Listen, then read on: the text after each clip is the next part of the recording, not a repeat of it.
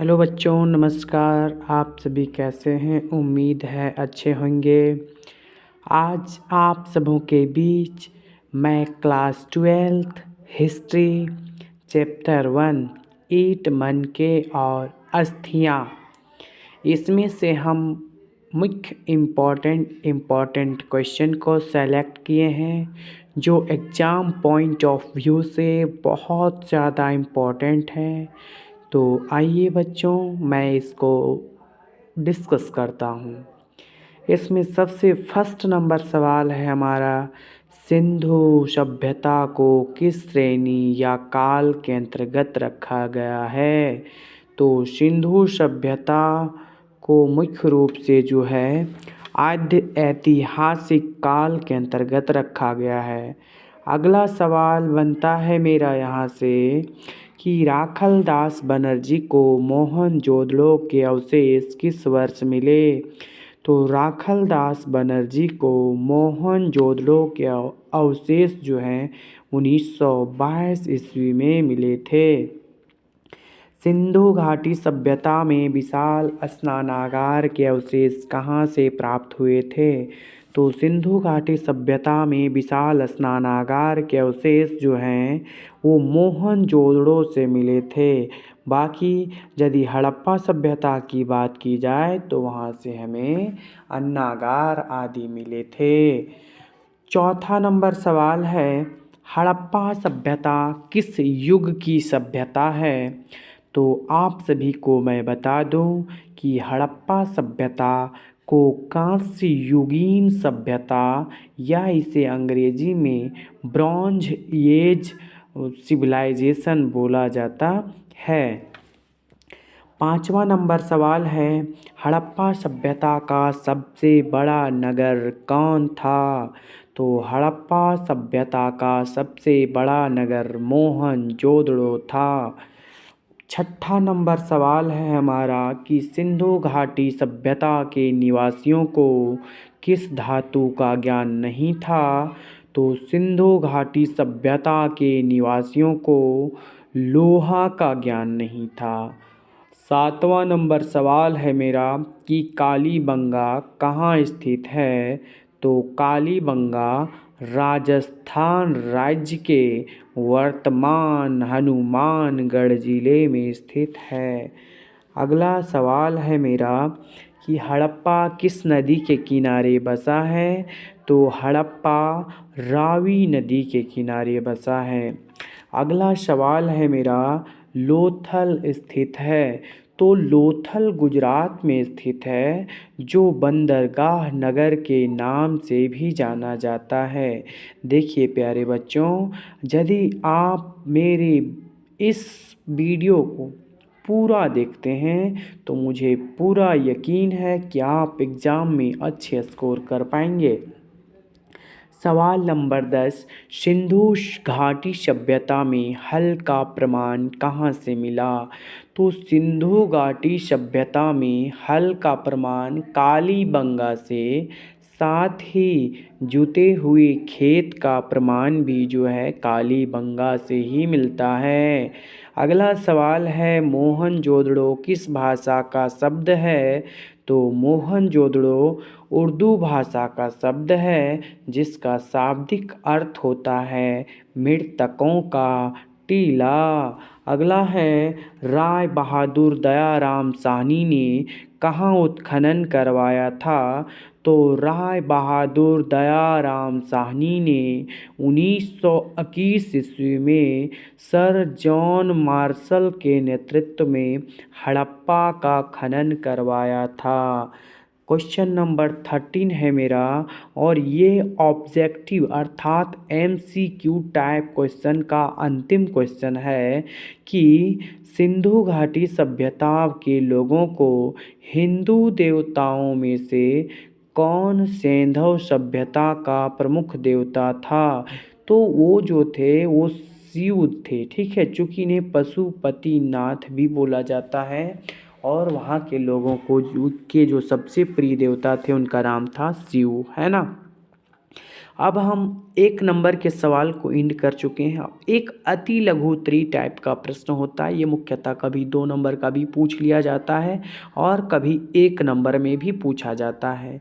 तो इसका पहला सवाल है कि हड़प्पा सभ्यता की खोज कब और किनके द्वारा या नेतृत्व में हुई थी। तो हड़प्पा सभ्यता या हड़प्पा की खोज 1921 में जॉन मार्शल के नेतृत्व में दयाराम साहनी द्वारा किया गया। दूसरा है हड़प्पा सभ्यता में मनके बनाने के लिए प्रयुक्त पदार्थों की सूची बनाइए। तो हड़प्पा सभ्यता में मनकों के निर्माण में प्रयुक्त पदार्थ जो है विविधता उल्लेखनीय है। पहला था कार्नेलियन अर्थात सुंदर लाल रंग का जो था, जैस्पर था, स्फटिक था, क्वार्ट्ज था तथा सेल खड़ी जैसे पत्थर, तांबा, कांसा तथा सोना जैसी धातुएं तथा शंख, फ्योन्स एवं पक्की मिट्टी सभी का प्रयोग मन के बनाने में किया जाता था। तो ये सभी सवाल 2 नंबर में पूछे जा सकते हैं। अगला है कि हड़प्पा पूर्व की बस्तियों की कोई एक विशेषता बताइए। देखिए, जैसे कि आप कहीं इस पूरे चैप्टर को पढ़े होंगे तो आपको पता होगा कि हड़प्पा में था एक दुर्ग और एक था निचला बस्ती। तो दुर्ग अर्थात जो पूर्वी बस्ती थे। तो हड़प्पा सभ्यता की सबसे महत्वपूर्ण विशेषता यह थी कि सड़कों तथा नलियों को लगभग एक ग्रिड पद्धति पर बनाया गया था और ये एक दूसरे को समकोण पर काटती थी। अगला सवाल है सर जॉन मार्शल कौन थे। तो सर जॉन मार्शल जो थे एक सर्वेयर जनरल थे या सर्वेक्षणकर्ता थे जिनके नेतृत्व में हड़प्पा सभ्यता की खोज की गई थी। अगला सवाल है मेरा कि हड़प्पाई लिपि को एक रहस्यमय लिपि क्यों कहा गया है, इसकी विशेषताओं का उल्लेख कीजिए। तो हड़प्पा की लिपि एक चित्रात्मक लिपि थी। इसमें लगभग 375 से 400 के बीच चिन्ह थे। इसे दाएं से बाएं में लिखा जाता था। इस लिपि को आज तक पढ़ा नहीं जा सका है, इसलिए इसे रहस्यमय लिपि कहा जाता है। अगला सवाल है, अब ये सवाल या तो आपको 2 नंबर में पूछ लिए जाएंगे या फिर तो आपको 3 नंबर में पूछ लिए जाएंगे। हड़प्पा सभ्यता के अध्ययन के दौरान मार्शल और कनिंघम के द्वारा अपनाई गई तकनीक में क्या अंतर था। तो इसका उत्तर आप एग्जाम में ऐसे लिखिएगा कि जो हड़प्पा सभ्यता थी इसके पहले डायरेक्टर अलेक्जेंडर कनिंघम थे। उन्हें भारतीय इतिहास का जनक या पुरातत्व का जनक कहा जाता है। दूसरे जो इसके डायरेक्टर थे उनका नाम था जॉन मार्शल और जॉन मार्शल के नेतृत्व में 1921 में दयाराम साहनी द्वारा हड़प्पा सभ्यता की खोज की गई थी। अगला सवाल है मोहनजोदड़ो के विशाल स्नानागार का संक्षिप्त वर्णन कीजिए। ये सवाल आपको 3 नंबर में पूछा जाता है। तो मोहनजोदड़ो के विशाल स्नानागार की मुख्य विशेषता निम्नलिखित है। पहला है दुर्ग पर बहुत बड़े बड़े स्नानागार के अवशेष मिले हैं। इनका आकार 12 मीटर लंबा, 7 मीटर चौड़ा और लगभग 2.4 मीटर गहरा था। दूसरा आप इसमें लिखिएगा कि इसके चारों ओर बरामदे होते थे। स्नानागार को भरने के लिए कुओं का प्रबंध था। ऐसा माना जाता है कि इनका प्रयोग धार्मिक अनुष्ठानों के लिए या विशेष अवसरों पर नहाने के लिए किया जाता था। तीसरा पॉइंट आप इसमें लिखिएगा जलाशयों में तल तक जाने के लिए उत्तरी और दक्षिणी ओर से सीढ़ियां बनाई गई थी। इन सभी जलाशयों को मुख्य नालियों से जोड़ा जाता था। तो इस तरह से आप इसका उत्तर लिख सकते हैं। अगला सवाल आप लोगों को पूछा जा सकता है कि पुरातत्वविद शिल्प उत्पादन केंद्रों की पहचान कैसे करते थे। तो इसका उत्तर आप लिखिएगा कि शिल्प कला के अंदर आभूषण, मूर्तियाँ, औजार बनाना आदि को शामिल किया जाता है। हड़प्पा में मुख्य रूप से मनके, मुहर, बाट बनाए जाते थे। शंख की कटाई की जाती थी और धातु कार्य किए जाते थे। हड़प्पा सभ्यता का मुख्य शिल्प उत्पादन केंद्र चन्हुदड़ो लोथल था और हाल ही में धोलावीरा में छेद करने का औजार मिला था। तो ऐसे आप लिख सकते हैं। अगला सवाल है, हड़प्पा सभ्यता की जल निकासी प्रणाली पर संक्षिप्त टिप्पणी लिखें। तो हम जानते हैं कि हड़प्पा सभ्यता जो था, नियोजित ढंग से नालियों व गलियों का निर्माण किया गया था। नालियों के निर्माण के लिए जिप्सम के गाढ़े का प्रयोग किया जाता था। तीसरा लिखिएगा कि नालियों को ईंटों से ढका जाता था ताकि कूड़ा करकट से बचाया जा सके। और थोड़ा आप यहाँ और ऐड कर सकते हैं कि इसके बीच बीच में जो है हौज खास टाइप के बनाए जाते थे, मेन हॉल बनाया जाता था जिसमें जा कर के सारे कचरे एकत्रित हो जाए और समय पर उसकी सफाई की जा सके। चौथा पॉइंट लिखिएगा, वर्षा जल निकासी के लिए विशेष प्रबंध किए गए थे। इस तरह से करके आप इसमें 4-5 पॉइंट लिख सकते हैं और नंबर प्राप्त कर सकते हैं। अगला सवाल है मेरा कि हड़प्पा सभ्यता के अंत या पतन या विनाश के कौन से कारण उत्तरदायी हैं। तो ऐसा माना जाता है कि हड़प्पा सभ्यता का अंत किसी प्राकृतिक आपदा के कारण हुआ है। जैसा कि आप कहीं हड़प्पा मोहनजोदड़ो का जो एक इसके आधार पर जो एक मूवी भी निकाला गया, उसमें दिखाया गया कि बाढ़ से हुआ है, लेकिन कई प्राकृतिक आपदाएं हो सकती है, जैसे कि भूकंप हो सकता है, सिंधु नदी का रास्ता बदलना था या बाढ़ था, जलवायु परिवर्तन हो सकता है, वनों की कटाई हो सकती है, आर्यों का आक्रमण आदि हो सकते हैं। अब जो है हम 5 नंबर या फिर तो 8 नंबर में जो सवाल पूछे जाते हैं, कभी कभी से 5 में भी पूछ लिया जाता है, जिस बोर्ड का पैटर्न जैसा होता है। जैसे कि यदि हम उत्तर भारत के बोर्ड की बात करें तो लगभग इसे 5 नंबर में ही पूछा जाता है। तो पहला सवाल है इसमें कि हड़प्पा निवासियों की आर्थिक गतिविधियों पर प्रकाश डालें। तो हम जानते हैं कि हड़प्पा सभ्यता की मुख्य जो आर्थिक गतिविधि थी उसमें कृषि को ही शामिल किया जाता है, साथ ही साथ शिल्पकारी था, व्यापारी था, इसके अतिरिक्त अन्य कई गतिविधियाँ थी। तो हड़प्पा निवासी मुख्य रूप से निम्नलिखित आर्थिक गतिविधियों को करते थे। पहला, हड़प्पा सभ्यता के लोग मुख्य रूप से गेहूँ, जौ, दाल, बाजरा, सफ़ेद चना आदि उगाते थे। दूसरा, सिंचाई के लिए कुओं एवं नहरों का प्रयोग करते थे। हड़प्पा के मोहरों में वृषभ बैल की जानकारी मिलती है। तीसरा, इससे अनुमान लगाया गया है कि हड़प्पा के लोग खेत जोतने के लिए बैल का प्रयोग किया करते थे। चौथा पॉइंट लिखिएगा कि कई जगहों पर हल के प्रतिरूप भी मिले हैं, जिनसे यह पता चलता है कि खेतों में हल के लिए हल के द्वारा जुताई की जाती थी। पांचवा, हमें यहाँ से यह जानकारी मिलती है कि कालीबंगन और राजस्थान में जुते हुए खेत के प्रमाण मिले हैं, जिन्हें देखकर लगता है कि एक साथ 2 अलग अलग फसलें उगाई जाती थी। अतः हड़प्पा के लोग लकड़ी और पत्थर से बने औजार का प्रयोग फसल की कटाई के लिए किया करते थे। अगला सवाल है कि मोहनजोदड़ो के आवासीय भवनों की विशिष्ट विशेषताओं को लिखें, या फिर तो यहाँ आपको सवाल घुमा करके भी पूछ सकता है कि मोहनजोदड़ो के नगर नियोजन की विशेषताओं को स्पष्ट करें। तो आप बताइएगा बच्चों कि मोहनजोदड़ो के आवासीय भवनों की मुख्य विशेषता निम्नलिखित है। सबसे पहला कि मोहनजोदड़ो में सफाई का विशेष ध्यान रखा गया था।